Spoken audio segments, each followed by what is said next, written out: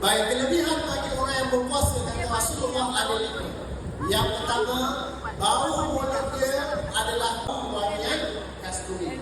Yang kedua, orang puasa ni daripada pagi sampai ke malam, apa yang dia dapat sampai dia berbuka puasa, malaikat akan mendoakan keampunan bagi orang yang berpuasa. Tahu, orang yang puasa ni Allah hantar malaikat doakan kamu daripada kamu sahur, sambung imsak sampai buka puasa 14 jam tu ada malaikat yang mendoakan kamu.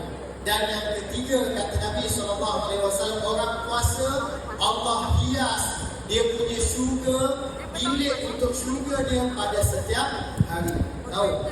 Syurga dia dihias oleh Allah Subhanahu wa taala. Yang keempat, orang yang puasa kata Nabi SAW, apa yang Allah bagi kepadanya, Allah akan ampunkan dosa orang yang berpuasa itu kata Nabi SAW.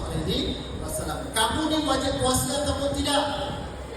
Wajib. Apa syarat wajib puasa?